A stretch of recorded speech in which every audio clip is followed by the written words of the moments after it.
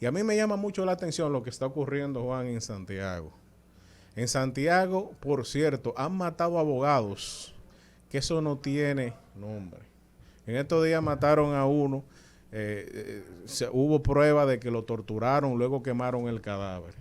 Ya van como 6 o 7, 8 abogados que menos de 2 años en Santiago han sido asesinados de forma vil. El Colegio de Abogados de la República Dominicana, y aquí ya yo estoy hablando como abogado y como miembro de matrícula del colegio, Con todo el derecho. con todo mi derecho Claro. a defender mi clase profesional, yo le hago un llamado a las autoridades y sobre todo al Ministerio Público, que son abogados, que enfrenten esta situación que se está dando sobre todo y muy especialmente en la ciudad de Santiago. Es una situación que no puede estar ocurriendo. Esto ni siquiera ocurre en México. Ni en México ocurre eso, que ya en México la cosa ha pasado a unos niveles con el narcotráfico que es algo que no se ve en ningún país del mundo, salvo en México. Entonces, las cosas no pueden continuar así. Bueno, como siempre, los jueves hablamos de temas electorales también y decirles que ya el presidente de la República promulgó la nueva ley orgánica del régimen electoral dominicano, y esa ley es la número 20-23. En la nomenclatura que utilizamos a nivel legislativo dominicano, luego del guión significa el año. Entonces eso quiere decir que la ley 20, ya se han aprobado, se han promulgado 20 leyes en el año 2023. Y bueno, es una ley que ha traído una serie de soluciones, pero más que soluciones ha cambiado muchas cosas para que muchas cosas se mantengan igual. Su mayor aporte ha sido el escrutinio automatizado. Y bueno, como ustedes saben que el escrutinio no es más que el conteo,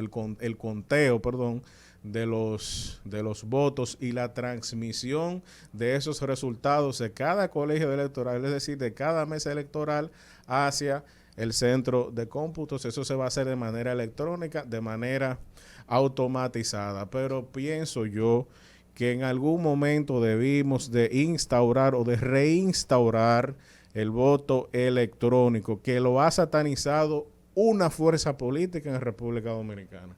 Una sola fuerza política es la que lo ha satanizado por temas propios. Y están haciendo política, no voy a decir que no, porque eso es parte de la labor, pero debió de haberse contemplado nuevamente la instauración de una forma correcta, porque el Tribunal Constitucional no lo declaró inconstitucional, pero sí declaró inconstitucional la forma en como la antigua ley, la 15-19, lo había previsto con un solo artículo, dejándole a la Junta Central Electoral toda una facultad sin tenerla, constitucionalmente hablando, para reglamentar este ejercicio de este derecho fundamental, que es el derecho fundamental de elegir y ser elegible. A veces decimos elegir y ser elegido, no, es elegir y ser elegible, porque yo no tengo derecho. La ley no puede decir que me elijan a mí. Exactamente, no, yo no tengo derecho a que me elijan, yo tengo derecho a ser elegible. Eso lo corrigió el constituyente dominicano en el año 2010. Y bueno, ya nosotros tenemos esta ley con todos sus matices, con todas sus pros y todos sus contras. Ya la Junta Central Electoral pues hará lo propio conforme a la nueva legalidad. Tengo entendido que el calendario electoral establecido hace meses por la Junta Central Electoral no va a sufrir variaciones. El primer domingo del mes de octubre, que es el 1 de octubre, el 1 de octubre, se tienen que realizar las primarias en los partidos políticos que así lo han elegido o así han optado por ello. Pienso yo que serían principalmente el Partido Revolucionario Moderno y el Partido de la Liberación Dominicana. Ya luego la Junta Central Electoral tendrá que encargarse de reglamentar una serie de cosas que hay en esa ley que merecen una reglamentación, porque la Junta Central Electoral en verdad sí tiene facultad reglamentaria en base a lo que dice básicamente esta nueva ley, la ley 20-23, que es la orgánica del régimen electoral. La pueden encontrar en la página de la Junta Central Electoral y ahí van a encontrar íntegro, escaneado, la ley original aprobada y promulgada por el presidente de la República. Señores, en otro orden de ideas, en esos días se ha estado hablando bastante de esta ley que había propuesto en su momento el Poder Ejecutivo, la había enviado al Senado de la República, de una nueva ley de trata de personas y tráfico de personas. Esta ley, como ustedes bien saben, demostró que la prensa realmente tiene un poder en República Dominicana, porque si no hubiese sido por la prensa, este asunto se conoce, como muchas cosas pasan en el Congreso Nacional, lamentablemente, este asunto se conoce a la carrera y pasa como si nada. Y la verdad es que yo le he hecho un estudio jurídico, un análisis jurídico a la ley. Muchas cosas son buenas, no podemos decir que no, pero hay un problema de base aquí.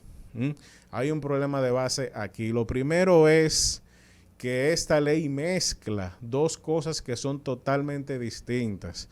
Una cosa es la trata de personas y otra cosa es el tráfico ilegal de migrantes. Son cosas totalmente distintas. Y pienso que uno de los problemas de base fue precisamente que se mezclaron ambas cosas y además de eso se establecieron una serie de principios que llaman mucho la atención, por no decir preocupación. Principio de no punibilidad, por ejemplo, es decir, que no se pueda someter a la justicia a esa persona que en la mayoría de los casos sabe lo que está haciendo. En la mayoría de los casos saben lo que están haciendo y cooperan con esa mafia también. Pero también hablamos de un principio de no devolución. Es decir, que el Estado Dominicano se iba a privar a sí mismo de la facultad de deportar a esas personas, salvo que estas personas hayan dicho que sí quieren regresar a su país. Pero ¿y en qué parte del mundo este tipo de cosas se concibe? Tanto para trata como para tráfico ilegal de personas. Pero también tenemos otro principio, que es un principio, de mi punto de vista, rarísimo para el derecho, que es el principio de la irrelevancia del consentimiento.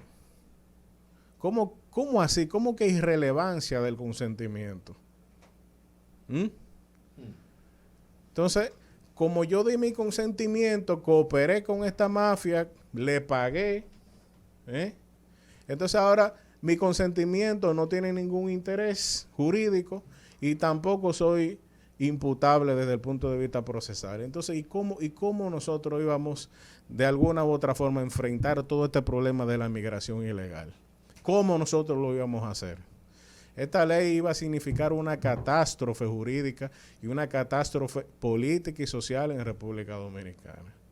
Hay otras cosas que sí son buenas en la ley. Hay una serie de disposiciones de protección de datos personales que para mí son admirables, no se habían previsto en la actual ley de trata de personas. Pero si lo que quiere el Poder Ejecutivo es afianzar la lucha contra la trata de personas, que la hay, no vamos a decir que no, que es un crimen transnacional, que afecta la vida de manera permanente a sus víctimas. Si lo que se quería era arreciar la lucha, pues entonces no me disminuya las penas. Porque la actual ley del año 2003, la 137-03 de trata de personas, condena actualmente entre 15 y 20 años de prisión a los culpables. Entonces, en el proyecto de ley que mandaron, me redujeron eso.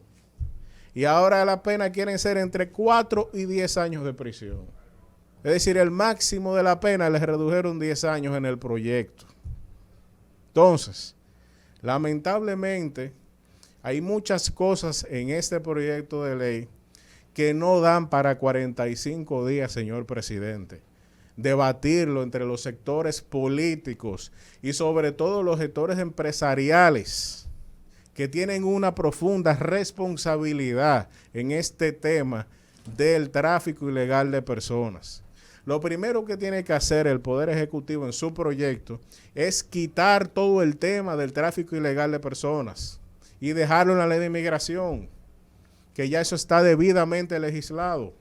Lo que hay que hacer es lo que se han hecho en estos días, arreciar contra esa mafia.